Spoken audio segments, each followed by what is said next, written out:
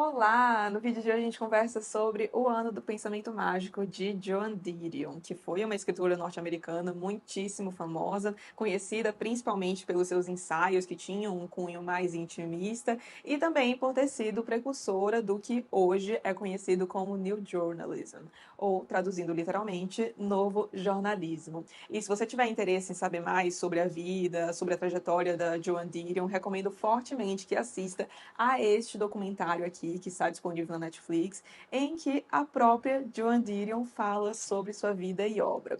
Pois bem, além desses ensaios dela, que ficaram muito famosos, a Joan Didion também escreveu alguns romances e também alguns livros de não ficção. E entre estes últimos, o mais famoso deles é O Ano do Pensamento Mágico. E o que a gente tem neste livro aqui? Em 30 de dezembro de 2003, a Joan havia visitado a sua filha Quintana, né? Vou falar. Quintana, que estava na UTI. Ela tinha ficado doente com uma gripe que acabou evoluindo para uma pneumonia associada a um choque séptico. Então, a situação da filha dela era bem complicada. Então, a Joan, junto com seu marido, John Doon, que era o pai de Quintana, vai até o hospital, eles ficam ali durante o horário de visita e depois voltam para casa. Parecia, tirando o fato de que a filha deles estava internada na UTI, uma noite banal. Eles estão juntos em casa, decidem comer por ali mesmo, sentam-se para jantar e o John Doone acaba sofrendo um ataque cardíaco que é fatal. Ou seja, em questão de segundos, o companheiro de praticamente 40 anos de Joan Didion a deixa de repente. As primeiras palavras que a Joan Didion escreve após a morte de seu marido são também as primeiras palavras deste livro. A vida muda rapidamente. A vida muda em um instante. Você se senta para jantar e a vida que você conhecia termina. A questão da autopiedade. Ao longo de 2004, essas palavras vão ganhando corpo até chegarem neste livro aqui, em que a Joan Didion vai então relatar a sua experiência pessoal de luto. Porém, apesar de ser a experiência pessoal dela aqui, acaba sendo algo de caráter universal, porque todos nós, ou pelo menos a maioria esmagadora de nós, irá em algum momento perder uma pessoa amada e todos nós, aí certamente todos nós, iremos morrer em algum momento. E é curioso pensar que ainda assim, ainda mais na cultura em que nós vivemos, que olha para a morte como algo muito pesado, a gente não fala muito sobre luto. Parece ser um assunto meio tabu. E lendo este livro aqui e algumas outras coisas que eu também já li sobre o tema, eu só consigo pensar que, ok, entendo que a gente não fale tanto sobre isso, principalmente por essa atmosfera pesada, mas eu acho uma pena. Primeiro, porque eu acredito que muita gente poderia tirar conforto de conversas, de escritos sobre o tema, e também por uma questão de conhecimento mesmo, de saber como lidar com esse tipo de coisa. Já vou desenvolver mais esses pensamentos, mas aqui a própria Joan Didion fala que ela sempre foi ensinada de que informação é poder, sempre quando ela estava passando por algum perrengue, ela ia procurar por informação, por livros que poderiam ajudá-la a enfrentar um eventual problema, e quando o marido dela morre e ela se vê com essa perda, ela vai então atrás de informação. E ela mesma comenta aqui que descobriu que a literatura sobre luto era surpreendentemente escassa. Ela não chega a falar o que eu vou falar agora, mas lendo isso aqui, a impressão que me ficou é que ela procurou por coisas para ler sobre o tema e não conseguiu achar aquilo que ela precisava ouvir, aquilo que ela precisava ler. E isso me fez lembrar de quando eu me interessei por este livro. Eu já tinha ouvido falar dele antes desse incidente que eu vou relatar a vocês, mas foi assim que o livro me pegou mesmo, que foi parar na minha lista de desejos. Certa vez eu estava rolando o meu feed no meu Instagram e eu vi um post de uma conhecida minha que eu sabia que tinha passado por uma perda muito triste. Ela perdeu a mãe para o câncer e é uma menina muito jovem, tem praticamente a minha idade, talvez uns 2 ou 3 anos a mais. E era uma foto deste livro aqui. E nessa foto, na legenda da foto, na verdade, ela falava que tinha encontrado muito conforto neste livro aqui, que vários dos pensamentos que ela teve, que ela não falava com ninguém sobre eles, porque a gente basicamente tem um acordo, né? Parece um acordo silencioso entre nós de que não falamos de luto, não falamos sobre morte, etc. Enfim. E ela ficou muito surpresa e se sentiu muito acolhida ao ver a Joan Didion falar exatamente sobre aquilo que ela sentiu e que represava dentro de si. E após a leitura deste livro, eu entendo perfeitamente como alguém passando por um luto consegue encontrar conforto aqui, porque como eu disse anteriormente, eu já li algumas coisas sobre o tema, eu acho que este é o quinto livro que eu leio sobre luto. Aliás, temos um outro do qual eu gosto bastante, que tem até resenha aqui no canal, vou deixar o link aqui na descrição, o nome é A Ridícula Ideia de Nunca Mais Te Ver. Gosto muito desse título também, diga-se de passagem. Mas, pois bem, nenhum dos outros livros que eu li sobre o tema me fez pensar tanto sobre três aspectos, que acho que foram os aspectos que mais me chamaram a atenção neste livro aqui mesmo. O primeiro é que a gente nunca imagina que esse tipo de coisa vai acontecer conosco, essas coisas trágicas, até que elas acontecem. E, de novo, é curioso pensar sobre isso, porque é algo que acontece com todo mundo, mas a gente não fica pensando que pode acontecer conosco um dia. E a gente acaba não se preparando para esse tipo de coisas, se é que há como se preparar. E sobre isso eu queria ler dois trechinhos aqui. O primeiro deles está na página 15.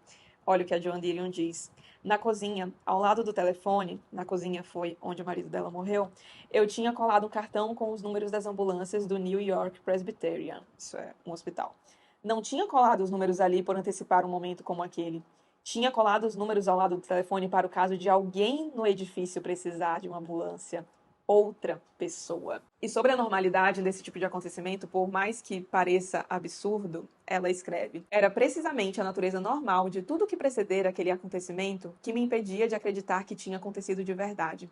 Absorver, incorporar, superar. Agora reconheço que não há nada de incomum nisso.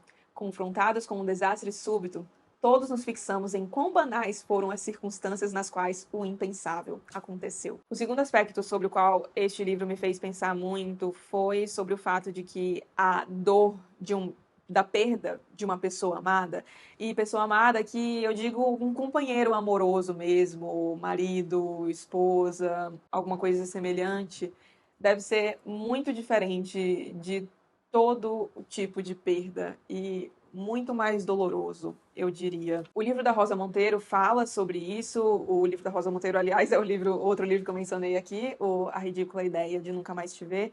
Só que aqui a Joan pega nos pontos tão prosaicos, e eu acho que foi isso que me levou a imaginar a real particularidade da perda de alguém amado. E, de novo, queria recorrer a alguns trechinhos, porque se temos como recorrer às palavras de Joan Didion, por que não? Meu pai estava morto, minha mãe também. E durante algum tempo eu precisaria ficar atenta às armadilhas, mas ainda assim continuaria a me levantar todas as manhãs e colocar a roupa suja para lavar. Ainda planejaria o cardápio do almoço de Páscoa. Ainda me lembraria de renovar o passaporte. A dor pela morte de uma pessoa amada é diferente. Não há distância. Vem em ondas, paroxismos, apreensões súbitas que enfraquecem os joelhos, cegam os olhos e cancelam a normalidade da vida. Eu não seria capaz de contar quantas vezes em um dia normal acontecia algo que eu precisava contar a ele. Esse impulso não cessou com sua morte. O que cessou foi a possibilidade de resposta. Leio algo no jornal que normalmente teria lido para ele em voz alta. Não há ninguém para ouvir essa notícia. Nenhum lugar para ir com os planos não feitos, os pensamentos incompletos. Ninguém para concordar, discordar, responder. Abre aspas. Acho que estou começando a entender por que o sofrimento da perda se parece com um estado de suspensão. Fecha aspas. C.S. Lewis escreveu depois da morte de sua esposa. Porque resulta da frustração de tantos impulsos que tinham se tornado habituais. Pensamento após pensamento, sentimento após sentimento, ação após ação. Tinha uma pessoa amada como objetivo. Agora o alvo se foi. Continuo, por hábito, posicionando a flecha no arco.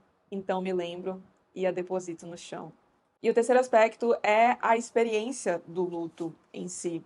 C.S. Lewis aqui fala dessa questão do estado de suspensão. Tem uma autora também, a Lucia Berlin, que é uma das minhas contistas favoritas, usa em um dos seus contos uma expressão descrevendo a vida dessa personagem como se a vida entrasse em parafuso.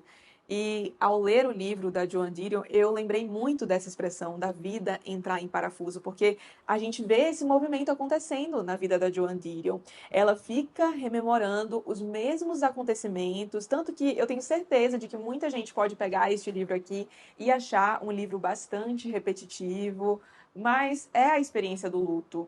Então, ela rememora como foi a sequência de acontecimentos que levaram até a morte do marido dela, fica lembrando de detalhe por detalhe, de onde eles passaram, como foi que ela chamou a ambulância, em quanto tempo a ambulância chegou ali, o que ela poderia ter feito para evitar aquilo, se ela poderia ter feito algo. Ela faz esses mesmos questionamentos inúmeras vezes ao longo do livro. Algo que me pegou muito aqui também foi ela falando da fuga de lembranças, porque foi algo que, no maior luto que eu vivi, que eu vivo, talvez, foi, e diria que é, às vezes, até hoje, o aspecto mais difícil, você ficar fugindo de lembranças, sabe? De olhar para coisas que podem lembrar quem se foi. Ela relata aqui sobre ela ficar procurando lembranças que pareciam seguras.